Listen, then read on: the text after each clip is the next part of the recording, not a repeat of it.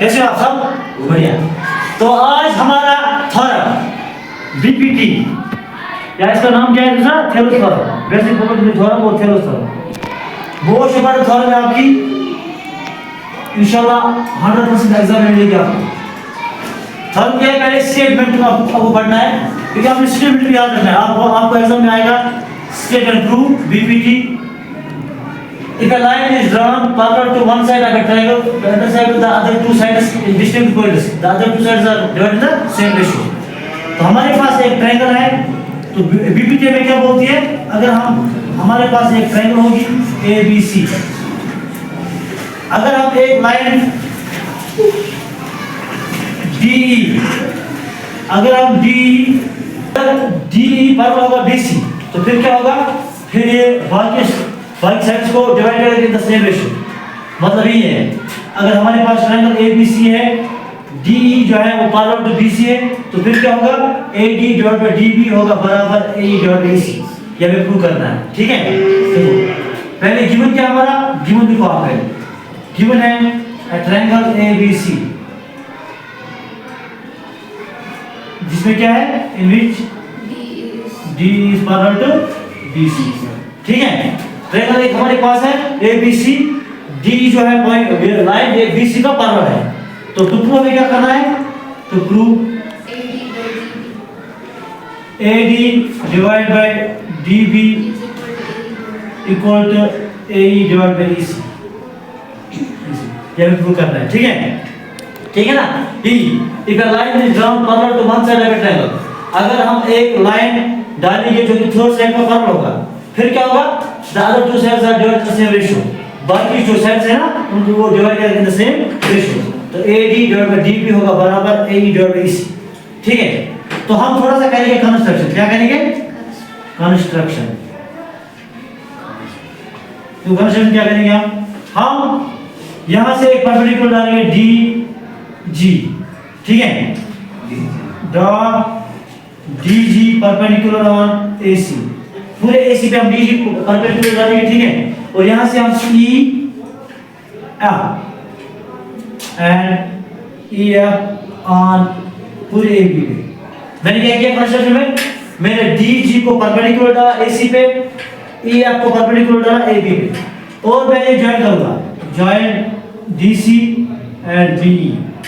ये वाला थोड़ा सा मैंने कंस्ट्रक्शन किया, ज्वाइन DC एंड BE, ठीक है? इसको मैंने ज्वाइन किया, ठीक है? तो आप देखो ग्रुप में हम क्या लिखेंगे। आप मुझे बताओ, आपको पता है मुझे होता है एरिया ऑफ ट्रायंगल किसके बराबर होता है? 1/2 of base and height. Base and height, good. 1/2 of base and height, ठीक है? अगर मैं देखो इन ट्रायंगल एक ट्रायंगल में ADE और BDE, एक ट्रायंगल मैंने ले ली ADE और दूसरी ट्रायंगल मैंने ली BDE। अगर हम एरिया ऑफ ट्रायंगल इसका एरिया निकालेंगे, area of triangle ADE equal to 1/2 base and height. अगर हमारा AD बेस है तो हाइट क्या बनेगा? ER, good. तो AD अगर बेस है, हाइट बनेगा ER। इसको आप क्वेश्चन मानो। इस तरह अगर हम एरिया निकालेंगे BDE का 1/2 बेस एंड हाइट, ये जो है ना BDE पूरी ट्रायंगल, अगर मैं BD बेस मानूं, इसका भी परपेंडिकुलर कौन है? इसका भी परपेंडिकुलर, तो DB इनटू ER, ठीक है? अब हम फर्स्ट और सेकंड को डिवाइड करेंगे आपस में, divide first and second with gap. हम डिवाइड करेंगे, क्या आएगा? Area of triangle ADE divide by area of triangle BDE equal to 1/2, यहाँ पे क्या है? AD into ER divide by 1/2 DB into ER। EF से EF कटेगा, 1/2 से कटेगा, यहाँ क्या बचा? AD divide by DB। तो बन गया हमारा, इसको आप ये नाम, ठीक है? सिमिलरली अगर हम फिर से एक ट्रायंगल लेंगे ADE, लेकिन इस बार हम लेंगे DEC। तो हम लिख सकते हैं similarly area of triangle ADE divide by area of triangle DEC। इस बार मैंने फिर एक बार ट्रायंगल ले ली ADE। अगर मैं वांटेड टू बेस हाइट, अगर मेरी बेस इस बार AE होगी, अगर AE बेस है तो परपेंडिकुलर क्या होगा, AE का परपेंडिकुलर क्या होगा DG। Good, DG divide by 1/2 into. अच्छा, ये जो DEC ट्रायंगल है, अगर EC बेस है परपेंडिकुलर क्या होगा बिल्कुल, अगर EC बेस होगा इसका भी DG परपेंडिकुलर होगा, क्योंकि ये जो DG है ना, ये पूरे AC पे परपेंडिकुलर है। तो यहाँ से आप DG काट सकते हो, 1/2 काट सकते हो, क्या बचा AE डिवाइड बाय EC, इसका B मानना, ठीक है। अब सबसे बड़ी बात क्या है इंपॉर्टेंट बात इसमें, आपको पता है ये ट्रायंगल ABDE और DEC, ये जो दो ट्रायंगल्स है ना, उनकी सेम बेस है और उनका सेम पैरेलल है। तो आपको पता है 9th में आपने पढ़ा है, अगर दो ट्रायंगल्स में बेस, अगर दो ट्रायंगल्स की बेस सेम होगी और सेम पैरेलल होंगे तो क्या होगा, उनका एरिया इक्वल होता है। देखो आप लिखिए ऐसे, triangles BDE and DEC lie on same base,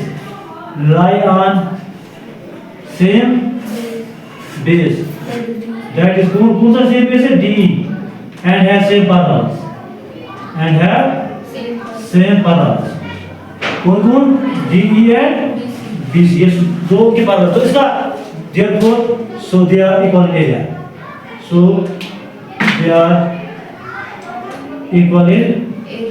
तो उनका एरिया बराबर होगा। इसका मतलब है एरिया ऑफ ट्रायंगल क्या है BDE equal to area of triangle DEC, या कौन की जरूरत, ठीक है। तो दोनों का एरिया सेम होगा, क्यों सेम होगा, क्योंकि दोनों ट्रायंगल्स का बेस जो है लाई करते हैं DE पे और दोनों का सेम पैरेलल पे, तो उनका एरिया सेम होगा।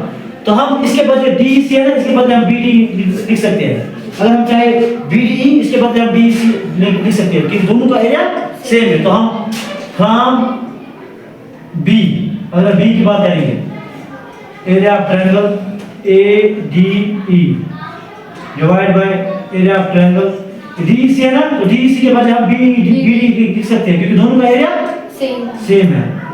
साथ में equal to AE upon EC, इसको आप C मान। अब मुझे बता, फ्रॉम A एंड C, देखो A और C क्या है, फ्रॉम A एंड C, देखो दोनों side area of triangle ADE upon area of triangle BDE, area of triangle ADE divide by area of triangle BDE, दोनों साइड लेफ्ट हैंड साइड बराबर है। तो इसका मतलब है राइट हैंड साइड बराबर होगा। आपको पता है अगर हम बोलेंगे x = y, अगर हम ये फर्स्ट है, अगर हम बोलेंगे x = z सेकंड, तो हम क्या करें, अगर x y के बराबर है, x z के बराबर है, तो हम बोल सकते हैं y z के बराबर है, ऑब्वियस, ठीक है ना। अगर x y के बराबर है और x z के बराबर है, तो दो में से क्या निकलेगा, y z के बराबर होगा। यहां देखो दोनों का लेफ्ट हैंड साइड इक्वल है, तो हम क्या सकते, तो इसका मतलब है राइट हैंड साइड भी इक्वल होगा। तो from A and C, A क्या था, AD upon DB equal C क्या है, AE अपॉन EC। तो ये हम प्रूव करना था, प्रूव, ठीक है। तो ये भी प्रूव करना था AD upon DB equal AE upon EC, ठीक है। समझ आया आपको, ठीक है, शुक्रिया, थैंक यू।